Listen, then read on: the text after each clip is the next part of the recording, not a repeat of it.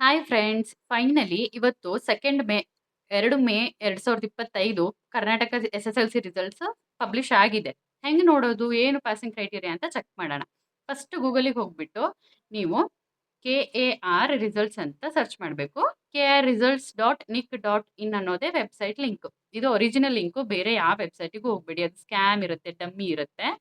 First link SLC ಇದನ್ನ ನೋಡಕ್ಕೆ. Second one second PUCದು results ನೋಡಕ್ಕೆ. ಫಸ್ಟ್ ಎಸ್-ಎಸ್-ಎಲ್-ಸಿ ನೋಡಕ್ಕೆ ಹೋಗೋಣ. ಇವತ್ತು ಎಸ್-ಎಲ್-ಸಿ ರಿಸಲ್ಟ್ಸ್ ರಿಲೀಸ್ ಆಗಿರೋದ್ರಿಂದ ಫಸ್ಟ್ ಆಪ್ಷನ್ ಬಂದ್ಬಿಟ್ಟು ನೀವು ರಿಜಿಸ್ಟ್ರೇಷನ್ ನಂಬರ್ ಕೊಡಬೇಕು.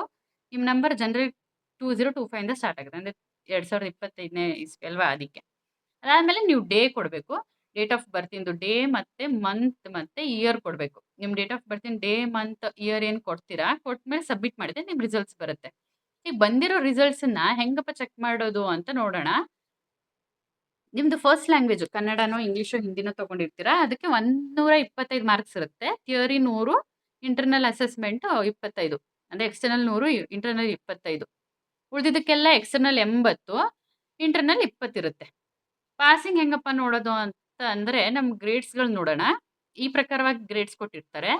91ರಿಂದ 100 ಇದ್ದವ್ರಿಗೆ A+, 81ರಿಂದ 90 ಇದ್ದವ್ರಿಗೆ A, 71ರಿಂದ 80 ಇದ್ದವ್ರಿಗೆ B+, 61ರಿಂದ 70 ಇದ್ದವ್ರು B, 51ರಿಂದ 60 ಇದ್ರೆ C+, 35ರಿಂದ 50 ಇದ್ರೆ C, ಬಿಲೋ 35 ಇದ್ರೆ D. ಅಂದ್ರೆ ಬಿಲೋ 35 ಅಂದ್ರೆ ನಿಮ್ದು ಫೇಲ್ ಆಗಿದೆ ಅಂತ ಅರ್ಥ.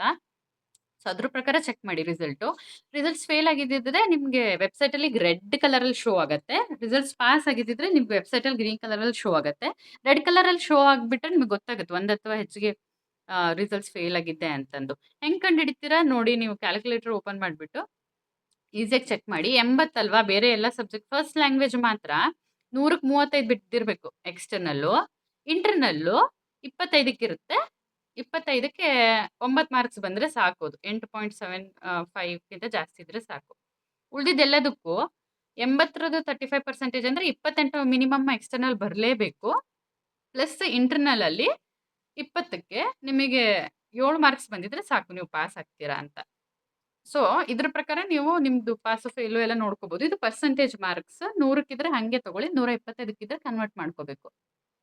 ಸೊ ಈ ಲಿಂಕ್ನ ಯೂಸ್ ಮಾಡಿ ನೀವು ಕೂಡ ನಿಮ್ಮ ರಿಸಲ್ಟ್ಸ್ ನೋಡಿ ಸ್ಟೂಡೆಂಟ್ಸ್.